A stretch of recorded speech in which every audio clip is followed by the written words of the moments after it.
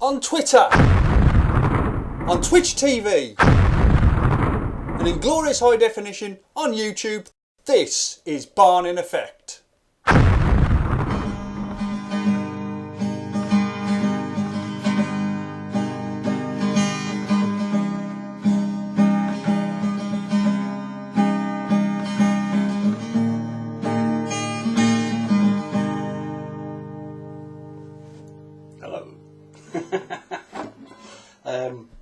Yeah, just taking the piss. FIFA, Blackops 2, FIFA 13. Well, I am going to get them both, and I'm just going to do a little montage of the Call of Duty games I've been playing and some of the FIFA games I've been playing, and just have a little chat really about both of the genres and what I'm going to be doing with my channel, and also what you can expect from the two games. There's been a shitload of information come out, you probably all know about it, but I just wanted to show off really. So, without any further ado, I shall bid you adieu.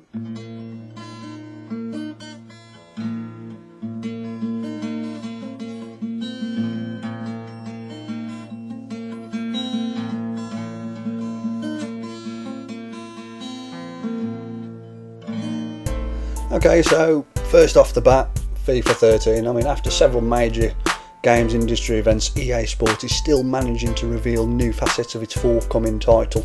During the publisher's pre-GAMESCOM press briefing on Tuesday, producer Dave Rutter unveiled the title's new match day feature, which will link the in-game action ever more closely to the real life season, whichever major league you follow.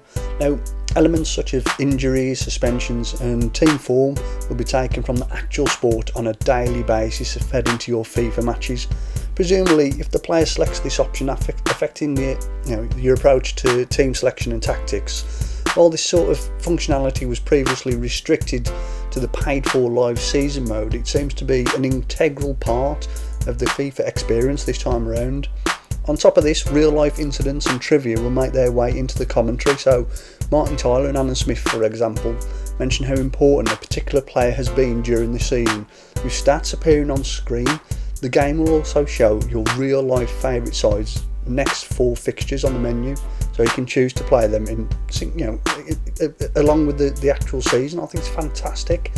During the on-stage demo, they showed the match day mode working via a reaction of last season's Man City versus QPR and Man City Sunderland matches, cut between the two games to show the commentary reacting to the events in the other game.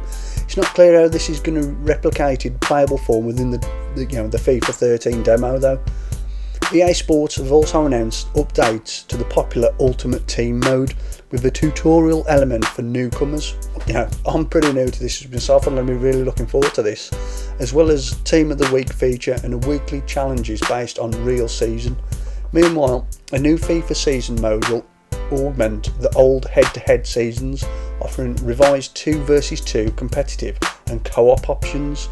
It's interesting stuff for the committed fans of the series, adding to an already intriguing feature set, including a much smarter attacking AI, much controlled dribbling, and a bunch of fresh modes, including skill games, which will seek to teach you, and me more importantly, the key to shooting, passing, set pieces, and other aspects of the skill game. Don't forget, guys, it's out on the 25th of September in the North America and the 28th of September in Europe. The demo is going to be out on the 11th of September. For me, I'm going to be doing something like series noob to novice, because I am still a complete noob to it. I'm going to be learning the skill moves, learning tactics, ultimate team and more, and I'm going to be drawing on the FIFA communities to help me along on this. So I'm going to be streaming some of the opening of the packs, trying to get tactics from you guys out there in the FIFA community, so you can all be part of this little journey of mine. So on to Blocks.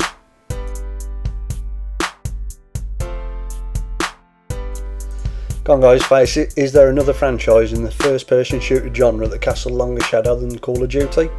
Certainly Activision's FPS mammoth draws a much ire as it does admiration from the gaming community. I mean, we either love it or we hate it, and a lot of people hate it, but you can't argue with the statistics. Call of Duty shatters through unit sale records as a matter of course. year in and year out. The last entry in the series, Modern Warfare 3, grossed a whopping $775 million freaking dollars. You know what I mean? And the problems, oh dear me. But you know, there we go. Let's get some bad news out of the way. If you're a fan of wager matches in Black Ops, or indeed its in-game currency, which allowed some non-linear progression through the unlockables, too bad. And another thing of the past, killstreaks have gone too, although they exist in a more malleable form as score streaks. The big push with Black Ops 2 seems to be aimed at delivering a much customised to the player as possible without breaking the overall balance. The class creation tools have been overhauled somewhat. Instead of a set rubric in which players are forced to pick a certain number of perks, weapons and pieces of equipment, in Black Ops 2 they're assigned 10 character points to spend as they please. Let's say, for example, you're a COD player who hardly ever uses their secondary weapon. Well, in Black Ops 2 you don't need to select one. You can simply cash it in for some extra points and you can spend them on something else. Players can also buy up to 3 wild cards, each costing a point, which allows them to bend the rules and configure their class further. The perk Greed wildcard, for example, allows players to select 2 perks from the same category, such as Hardline and Flak Jacket. Wildcards can also be used to buy more weapon attachments or extra grenades. To maintain some sense of balance, there are upper limits of what the player can buy. You can't just stroll into the match with 5 guns, for example, but once in a match, players, I think you'll notice that the rejig score streak system is more user friendly than its kill streak predecessor. In the past, players had to string together a series of kills in order to call in useful items like UAVs or dogs or whatever. Now they're rewarding for what Treyarch has labelled positive gameplay. Each score streak piece of equipment is assigned a numerical value, and once the player earns that value through their actions, the equipment is available for them to deploy. So, for example, if a player captures a flag, you get 100 points, shoots an enemy on their way back to the base, 100 points, and then plants their flag at the home plate, 100 points. They can then call in the UAV drone for 300 points, having only fired 1 shot. The equipment in the game is an absolute blast to use apparently. A lot of the guns in the game look like revamped versions of the weapon in Modern Warfare, but there's some completely unique items in Black Ops 2, befitting a slightly futuristic setting. These include the assault shield, metal riot shield that can use as deployable cover, shock charges that temporarily stun targets, and the millimeter wave scanner that allows players to see stationary targets through walls. Think about that then, campers up a corner, hiding up a corner, see through a wall, you can see the camper around the corner.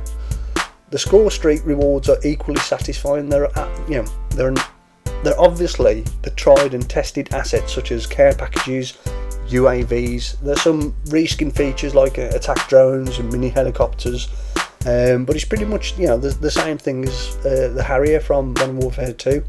But then it's the brand new items such as a remote drone that the player flings into the sky as soon as they unlock it, and it circles the battlefield until it finds a target, making it pretty much a guaranteed kill. There's also the Hellstorm missile, which works the same way as a Predator, except it can be split off multiple warheads, decimating enemies moving together in a group. There's even a couple of non-lethal items such as the Guardian. It's a turret that emits microwave pulse that slows down opponents. Stick this baby right in the right section of the map and you can create a bottleneck filled with a lot of downed enemies.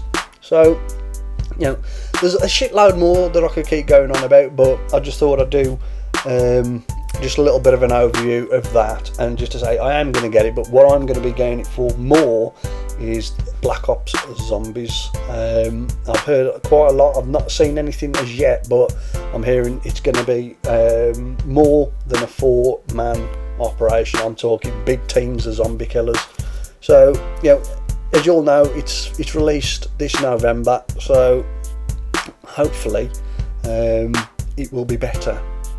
What can we say? Time will tell. But as always, thanks for watching, appreciate it. Take it easy. I shall see you all soon.